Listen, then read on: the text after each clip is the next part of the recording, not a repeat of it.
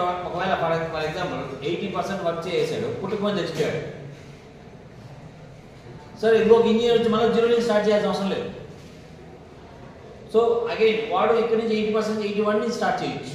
అంటే వాడు అర్థం చేసుకోండి, ఎందుకంటే బికాస్ ఆఫ్ డాక్యుమెంటేషన్ ఎలా జరిగింది ఏం జరిగింది అనేది ఇక్కడంతా డాక్యుమెంటేషన్ చేసి పెడతాం. నెక్స్ట్ అది అయిపోయిన తర్వాత ఇంకా వెరీ ఇంపార్టెంట్ ఇక్కడ వెరిఫికేషన్. అంటే కోడ్ ప్రింట్ అవ్వకముందే, సర్క్యూట్ డయాగ్రామ్ అవ్వకముందే ఆ సర్క్యూట్ పనిచేస్తుందా లేదా అనేది ముందే సర్క్యూట్ సాఫ్ట్వేర్లో డిజైన్ చేసుకోవచ్చు, వెరిఫై చేసుకోవచ్చు, టెస్ట్ బెంచ్ రాయొచ్చు, అన్ని కేసెస్ చెక్ చేసుకోవచ్చు. ఇప్పుడు మనం టైం డిలే ఎంత పెట్టాం? ఫర్ ఎగ్జాంపుల్ నేను 10 నానో సెకండ్స్ పెట్టాం. ఒకవేళ నేను టైం డిలే 1000 నానో సెకండ్స్ ఇస్తే అప్పుడు పనిచేస్తుంది లేదా మనకు తెలియదు కదా. అలాంటివన్నీ ఎక్కడ చెక్ చేసుకోవచ్చు? సాఫ్ట్వేర్లో చెక్ చేసుకోవచ్చు. అంటే మనిషికి వచ్చే వియర్డ్ ఆలోచనలన్నీ చెక్ చేసుకోవచ్చు ఇక్కడే. అర్థమైనా? So that is again extra advantage verification. Verification means debug, ఎట్లా పనిచేస్తుంది లేదా చెక్ చేసుకోవడం verification. Next debug. Debugging is nothing but bug వస్తే అంటే ప్రాబ్లం వస్తే దాన్ని రెక్టిఫై చేయడానికి డీబగ్గింగ్ అంటారు. బగ్ అంటే ప్రాబ్లం, బగ్ అంటే ప్రాబ్లం, దాన్ని సాల్వ్ చేసుకోవడానికి డీబగ్గింగ్ అంటారు. ఇప్పుడు ఒక సర్క్యూట్ మనం టెస్ట్ బెంచ్ కేసులో వెరిఫికేషన్లో ఫెయిల్ అయింది. ఎక్కడ ఫెయిల్ అయిందని మన సర్క్యూట్ డయాగ్రామ్కి వెళ్ళి మార్చుకునే అవకాశం ఉందా లేదా? ఇక్కడ సాఫ్ట్వేర్లో ఉంది. So that is called as debugging, అంటే reverification of error or fixing the error. ఇది fixing the error. Fixing the error is called as debugging. With the advancement of HDS, we are able to do this many extra things. ఇంకా చాలా చేయొచ్చు, but మనకు ఏదో examination point of వ్యూలో ఒక 7 points రాసిపెట్టాం. What is abstraction చెప్పండి? Imagination. So because of this, any person can design now this any person can simulate the circuit.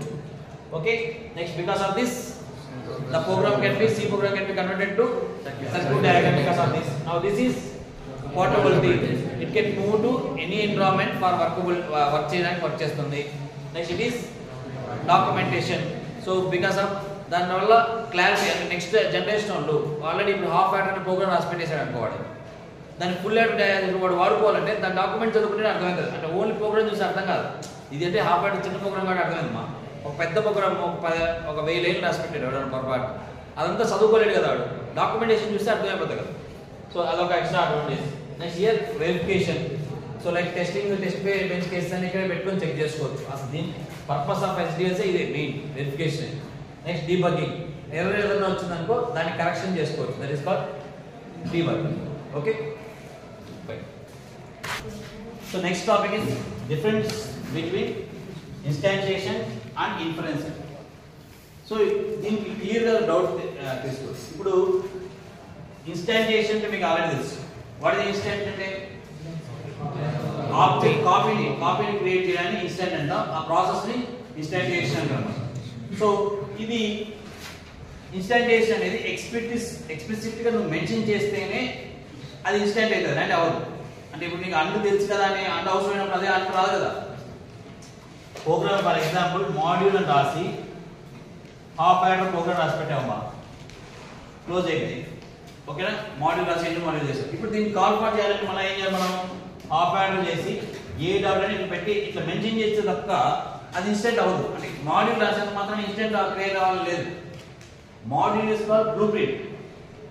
Blue print ని మళ్ళీ మనం ఒక చోట కాల్ చేస్తేనే, కాల్ అని పిలిస్తే అంటే వాడితేనే దాని ఇన్స్టెంట్ క్రియేట్ అవుతుంది. ఈ ప్రాసెస్ ని కాల్డ్ యాస్ ఇన్స్టాన్షియేషన్ ఆల్రెడీ వాడేసాము. బట్ సి ఇన్ఫరెన్స్ అంటే ఏంటంటే అది కాల్ చేయకపోయినా కూడా ఆటోమేటిక్ గా సాఫ్ట్వేర్ తెచ్చుకొని వాడుకుంటే that is called inference. Automatization that is called implicit. This is explicit. అంటే మనం బయట నుంచి కాల్ ఫార్వర్డ్ చేయాలి. ఇంప్లిసిట్ సార్ ఏంటి సార్ మాకు కొంచెం కన్ఫ్యూజన్ ఉందా? ఇప్పుడు ఒక ఎగ్జాంపుల్ చెప్తాను. ఇప్పుడు ఫర్ ఎగ్జాంపుల్ సేమ్ మాడ్యూల్ రాసి ఇది మీకు అర్థమైపోతుంది. ఇది చూస్తే అన్నం రాసుకొని ఓకే ABC పెట్టుకొని ఓకే. సో ఇన్పుట్స్ అవుట్పుట్స్ రాసుకోండి. మన అసైన్ ఏం రాస్తాం? Assign C is equal to A plus B అని రాస్తాం. ఓకే.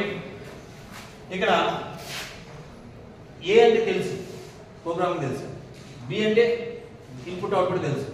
ప్లస్ అంటే మీనింగ్ ఎవరు చెప్పారు దీనికి? మనం ఎక్కడ కాల్ ఫార్ చేసామా? ప్లస్ అంటే యాడ్ చేయమని దీనికి ఎవరు చెప్పాము? ప్రోగ్రామ్ చెప్పలేదు. అట్లా ఆటోమేటిక్ గా కొన్ని సింబల్స్ మనం వాడుకునేస్తాం. సో అట్లాంటి సింబల్స్ కనిపించిన ప్రతిసారి కంపైలర్ దాని మీనింగ్ యాక్చువల్ గా కాపీ చేసి పెడుతుంది. ప్లస్ అని కనిపించిన చోట వల్ల సింబల్ కనిపిస్తే అక్కడ ఈ రెండింటిని యాడ్ చేయండి అని చేసి పెడుతుంది. అలా చేయడాన్ని వీ కాల్ ఇట్ ఇన్ఫరెన్స్ అంటే మనం నార్మల్ గా వాడేసుకున్నా కూడా దాని మీనింగ్ అదే చూసుకుంటే దట్ ఈస్ కాల్డ్ ఇన్ఫరెన్స్. అలా కాకుండా ఇట్లా మెన్షన్ చేస్తేనే వర్క్ అవుతుందంటే దిస్ ఇస్ కాల్డ్ ఇన్స్టాంటియేషన్.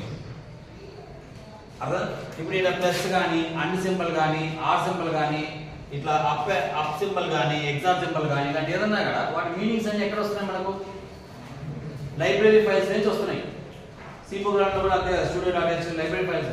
అట్లా ఇక్కడ కూడా లైబ్రరీ ఫైల్స్ నుంచి వస్తాయి. సో దీన్ని ఇన్ఫరెన్స్ అంటాం. What the point? This is called inference. So ఇక్కడ ఎక్కడ మనం మెన్షన్ చేయాల్సిన అవసరం లేదు. దీని మీనింగ్ ఇది అని మెన్షన్ చేయాల్సిన అవసరం లేదు. ఓకే, దీని మీనింగ్ ఇది అని మెన్షన్ చేయాల్సిన అవసరం లేదు. బట్ ఎక్స్ప్రెస్ ఇన్స్టాంటియేషన్ అంటే మటుకు everywhere you have to mention it. అంటే ఒకసారి ప్రోగ్రామ్ రాయాలి, మళ్ళీ దాన్ని కాల్ కూడా చేయాలి. ఒకవేళ ప్రోగ్రామ్ రాయకపోయినా కూడా కొన్ని కేసెస్ లో ఇవి అండికేట్ ప్రోగ్రామ్ రాయట్లేదు, ఆల్రెడీ లోపల అండికేట్ గురించి ఉంది. అన్ని కాల్ చేస్తేనే కదా ఇన్స్టాంటియేట్ అయ్యేది. అన్ని మనం కాల్ చేయాలి కదా, ఏ అండి అని పిలిస్తే కదా అది వస్తుంది. అంతేకాని బై డిఫాల్ట్ అన్ని వచ్చేస్తారు రాదు కదా. సో అలా కాల్ చేస్తే జరిగే వాటిని ఇన్స్టాంటియేషన్ అంటారు అనమాట. అలా కాకుండా బై డిఫాల్ట్ వచ్చే వాటిని ఇన్ఫరెన్స్ అంటే ఇన్ఫరెన్స్ అంటే మన ఉద్దేశంలో కంక్లూషన్ లాస్ట్ ఆటోమేటిక్ గా తీసుకోవడానికి ఇన్ఫరెన్స్. Is it clear?